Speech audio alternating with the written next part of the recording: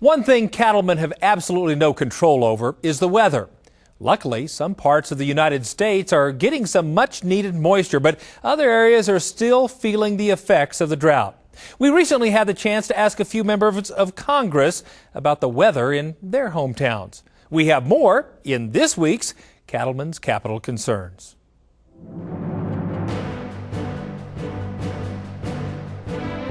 Well, I guess you'd have to start with the weather, and in Texas for the last few years it's been the terrible drought that we've had. It's been had a big impact on our agriculture system, and particularly on livestock.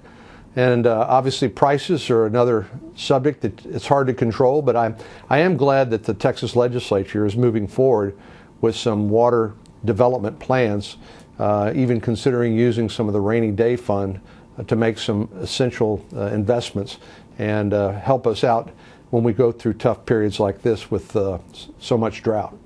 Oh, the weather.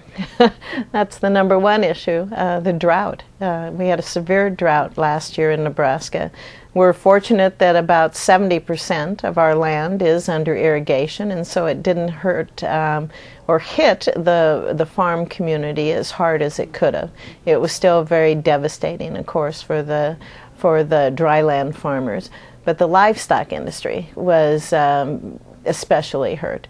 And when you're looking at whether you sell down your herd, whether you ship them to corn stocks, whether you buy feed to bring in, those are all major decisions, and it affects your bottom line in this industry. If we have another drought, a severe drought, again this coming year, which seems to be forecast, I'm sorry to say, but if we see that, it's going to have a tremendous impact on the livestock industry and the number of animals that are there. Our snowpacks aren't too bad across most of the state. We're running about normal, which is always very important because the snowpack determines what the creeks and the streams and rivers are going to be like this summer for irrigation and so forth. But it's been a pretty good winter. We've had a lot worse winters a couple years ago, but we need to have that snow. The cold weather hasn't been too bad this winter. And talking just last week with ranchers out there who are calving right now, a lot of calves on the ground, and they seem to be doing pretty well.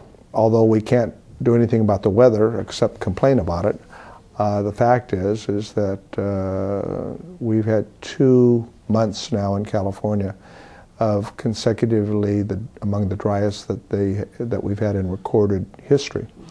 And the federal allocation for water yesterday is not good, and we're hoping to get this regulatory limitations that make it further exacerbate our below water allocations. They make a difficult problem even worse. And we are drier in terms of our subsoil moisture than we've been even since the 30s and the 50s. So it's a rough deal, especially for our cowboys. And they've had to cull their herds, they've lost genetics, it's just been a really rough year. And then the consumer complains about the price of beef. Well, come on, there is something called supply and demand. And we've had a terrible drought over 3 years. Now, I don't know what we've done to Mother Nature, but she sure hasn't been very nice to us. From weather-related issues to government regulations, the National Cattlemen's Beef Association works hard every day to make sure your voice is heard in Washington. By becoming an NCBA member, you can help make that voice even stronger.